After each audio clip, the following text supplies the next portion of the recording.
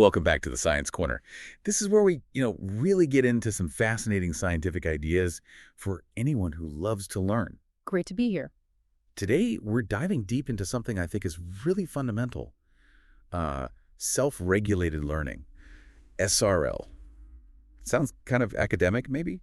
It can sound that way, but it's actually incredibly practical. It's really the science behind how we become more effective learners, how we improve ourselves. Right, studying smarter, not just harder, like you said before we started. So our mission today is to give everyone listening a solid introduction, unpack what SRL is, why it matters, and maybe offer some surprising insights and practical takeaways for your own learning journey. Exactly. It's a core concept in educational psychology, but the applications go far beyond the classroom. Okay, so let's start right there, defining it. What is self-regulated learning at its heart? Well, think of it as learning that's guided by a few key things. First, metacognition. That's a fancy term for thinking about your own thinking. Being aware of how you learn. Okay, like knowing what you know and what you don't know. Precisely. And understanding how you best tackle new information. Second, there's strategic action. This is the practical side, planning how you'll learn something, monitoring if you're actually understanding it, and then evaluating your progress. Planning, monitoring, evaluating. Got it. And the third piece, which is crucial, is motivation. You need that internal drive, that willingness to actually engage and put in the effort. So it's a combination of awareness, action, and drive. It's definitely not passive learning then. Not at all. It's very active. A self-regulated learner, they actively monitor, direct, and regulate their own actions towards specific goals, whether that's acquiring new information, expanding their expertise, or just generally improving themselves. And they have a good sense of themselves as learners. Yes, very much so. They're aware of their strengths, their weaknesses too, and they know how to pull out the right learning strategy from their toolkit for a given task. They adapt. We saw something in the research about beliefs about intelligence. How does that fit in, like fixed versus growth mindset? Yes, that's a really important connection. Self-regulated learners tend to have what Carol Dweck calls incremental beliefs. They believe intelligence isn't fixed, that it can be developed through effort and learning. So they see challenges differently. Exactly. Instead of seeing a failure as proof they're not smart enough, they see it as feedback. Okay, that approach didn't work. What strategy can I try next? They attribute success or failure to things they can control, like effort, strategy use, persistence. That makes a lot of sense. If you believe you can improve, you're more likely to put in the work to figure out how. Absolutely. And that fosters this proactive stance. They're willing to take on challenging tasks, they practice, they aim for deep understanding, not just surface memorization. And all this builds their self-efficacy. Self-efficacy meaning their belief that they can succeed? Their belief in their own capability to learn and perform tasks successfully. It's a powerful motivator. So they're really architects of their own learning environment. You could say that. They direct their actions towards their goals. And this isn't just important when you're first learning something new. It's critical when you get stuck, when you need to troubleshoot. And even when you try to teach it to someone else, that's a great way to solidify understanding, by the way. Okay, let's talk about students specifically. The sources really stressed how vital SRL is for them. Why is that particularly true? Well, in any learning situation, it's beneficial. But it becomes especially crucial in environments where students have more choice and autonomy. Think about online courses, for example. Right, less direct moment-to-moment supervision. Exactly. You have to manage your own time, stay motivated, figure out when you're not understanding something. Interestingly, some research pointed out that first-generation college students sometimes reported lower levels of self-regulation, specifically for online learning, compared to students whose parents went to college. Oh, that's interesting. Why might that be? One hypothesis mentioned was potentially different levels of comfort or prior experience with using computers and digital platforms as primary learning tools.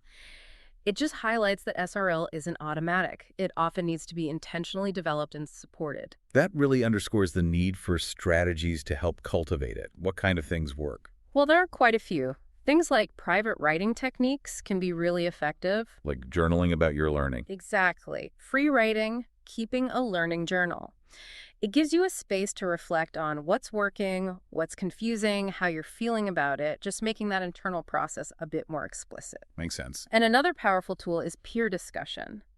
Having forums or just opportunities for students to talk about the strategies they're using, what worked for this assignment, how they tackled that difficult concept.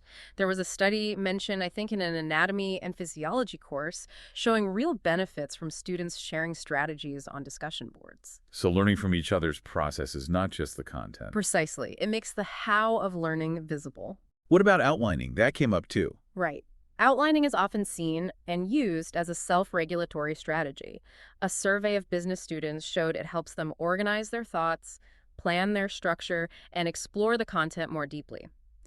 Even if someone initially leans towards just focusing on organization or just brainstorming content, the outlining process itself encourages a more integrated, regulated approach. And that structure probably helps with critical analysis later on. Absolutely. It lays the groundwork for more coherent and well-supported arguments. Better critical analysis is often an outcome of good self-regulation in the writing process. Okay, so we have a feel for what SRL is and why it's important. Now, how does it actually unfold?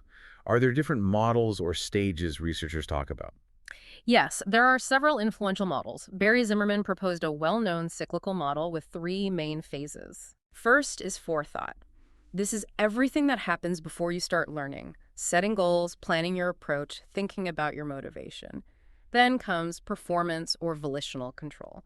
This is the during phase, staying focused, using your strategies, managing your attention, exerting willpower. Keeping yourself on track. Exactly. And the third phase is self-reflection. This happens after the learning task. You look back, evaluate how you did against your goals, reflect on which strategies worked well or poorly, and adjust for the future. Before, during, and after. It's a cycle. It is. And then Winn and Hadwin proposed a slightly different 4-phase model. It emphasizes the interplay within a learning task. How does that one break down? Their first phase is task perception. This is where you figure out the task demands, gather information, personalize it, and consider your own motivation and self-efficacy for this specific task. So really understanding the challenge up front. Right. Then comes goal setting and planning. Based on that perception, you set specific goals, maybe behavioral goals, engagement goals, motivational ones, and plan how to achieve them. Phase 3 is enacting. This is where you actually use your study skills, your learning tactics, the strategies you plan. The doing part. The doing part. And finally, adaptation. After enacting, you evaluate your performance, see how it stacks up, and crucially, you adapt. You might modify your strategies, change your approach, maybe even adjust your goals or plans for next time. It sounds like Winn and Hadwin really zoom in on the iterative process within a single learning episode. Yes, while Zimmerman's gives maybe a broader time frame, Winn and Hadwin highlight that constant monitoring and adjustment loop during learning. Research has also extended Zimmerman's model to look at these cycles over longer periods, like in second language writing development, and some even look at it through the lens of complex systems theory, thinking about stable patterns or attractor states in learning habits. Fascinating. So these models give us frameworks for the process. But where does this ability to self-regulate even come from? Is it all conscious effort? That's a great question. Najad and Chisholm actually proposed 3 potential sources. First is what they call active or executive self-regulation. This is the conscious, deliberate stuff we usually think about, intentionally choosing strategies, planning, monitoring. It relies a lot on our existing habits, too. The intentional pilot. Sort of, yes. But then there's dynamic self-regulation. This is more unintentional, happening below the level of conscious awareness. It's regulated by our internal cognitive and emotional systems. Think about how you might automatically adjust your posture when reading, or how your interest level naturally waxes and wanes. So some of it happens automatically. In a way, yes. It's the body and mind's background regulation. And their third source is really interesting, the interest-creating discovery model. This is described as a blend of the active and dynamic sources. It thrives when we're in creative modes, intrinsically motivated, exploring and discovering. Think about getting lost in a project you love. So conscious control, subconscious adjustments, and this kind of energized, engaged state, that covers a lot of ground. It does. It acknowledges that learning isn't always just about consciously applying techniques. No, different fields look at SRL through slightly different lenses, right? What about the social cognitive perspective? Right. The social cognitive view, heavily influenced by Albert Bandura and then applied to SRL by Zimmerman, sees it as an interaction, a triad, really, between the person, their beliefs, attitudes, knowledge, their behavior, what they actually do, their effort, persistence, and the environment, the task, the feedback they get, the social context. Person, behavior, environment. Yeah. All influencing each other. Exactly. And within this, Zimmerman highlighted 3 key self-regulatory processes. First, self-observation, just noticing and monitoring your own actions and their effects. He actually noted this as perhaps the most important. Paying attention to yourself. Yes. Then, self-judgment, comparing your performance to a standard or goal. Am I meeting my target? How does this compare to the example? And finally, self-reactions, how you respond emotionally and behaviorally to that judgment. Do you feel satisfied and continue, or dissatisfied and change your strategy? So observe, judge, react. And the key is that accurate self-reflection and adjusting your actions based on it leads to better self-regulation. From this perspective, a teacher's goal is often to help students become self-regulated learners, maybe using things like the information processing model as a basis for understanding how students store and retrieve information and applying meta-learning, or learning how to learn. How does the information processing perspective itself view SRL? Well, researchers like Winn and Marks, coming from that cognitive psychology angle, tend to focus more on the internal cognitive mechanisms. They see motivation and beliefs as governed by these cognitive processes. Okay. So for them, motivation is key, the effort, the persistence you bring. And alongside that, control is crucial. Your ability to stay focused, manage distractions, stay on track towards your cognitive goal. It's about the mental machinery involved in directing and sustaining learning. Got it. And there was also a student performance perspective mentioned. What does that angle tell us? That perspective often looks at outcomes. Research shows that students learning in environments that foster SRL can perform just as well academically as those in more traditional instructor-led classes. Really? Just as well? In terms of grades, often yes. But the potential advantage for SRL is that it can lead to accelerated learning, students moving faster, and importantly, better long-term retention and transfer of knowledge. Ah, okay. Deeper, more lasting learning. Potentially, yes. And work by White, for instance, emphasized the importance of having an internal locus of control, believing your own actions make a difference for academic success. This goes hand in hand with valuing good teachers, yes, but also valuing hard work and skill development. So it's about empowering students. Exactly. Creating expert learners involves helping them develop these SRL strategies, like the ability to ask good questions, questions that expand their prior knowledge, test their own understanding, and help correct misunderstandings. Questioning seems really central then. It is. Good questioning leads to active engagement. It helps you organize new information into your existing mental frameworks, your schemas.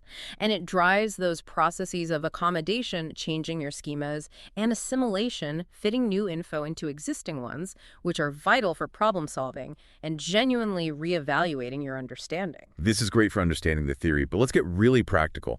How does this translate into things teachers or even individuals can do?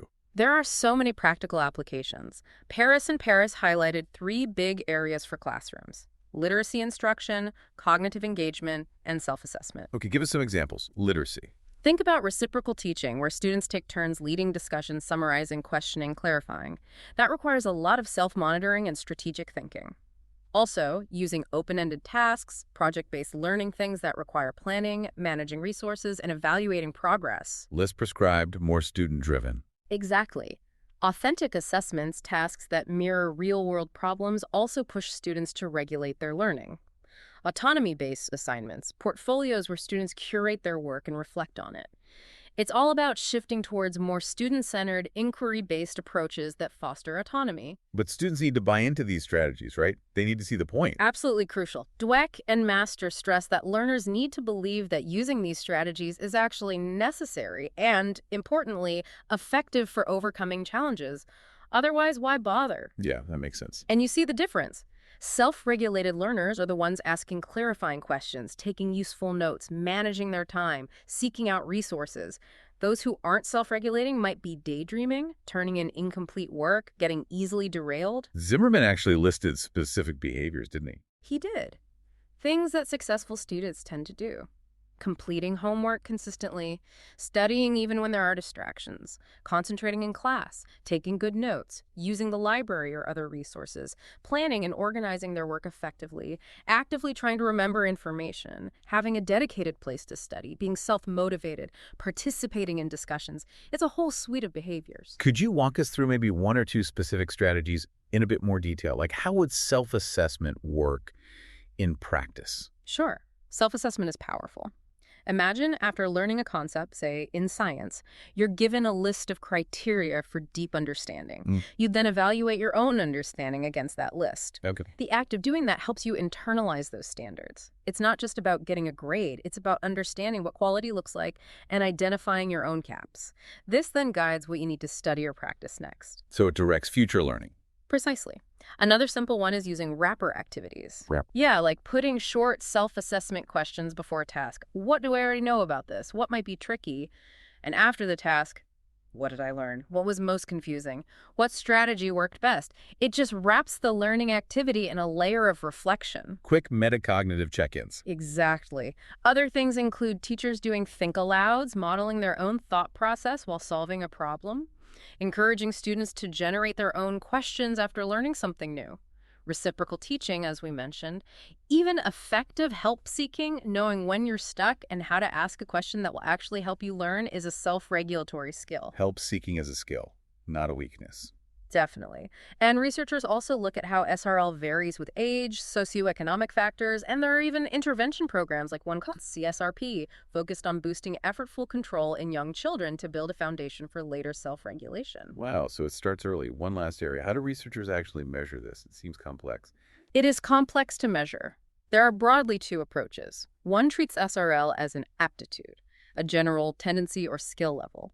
This is often measured using questionnaires where students report on their typical learning habits and beliefs. Their perception of themselves. Right.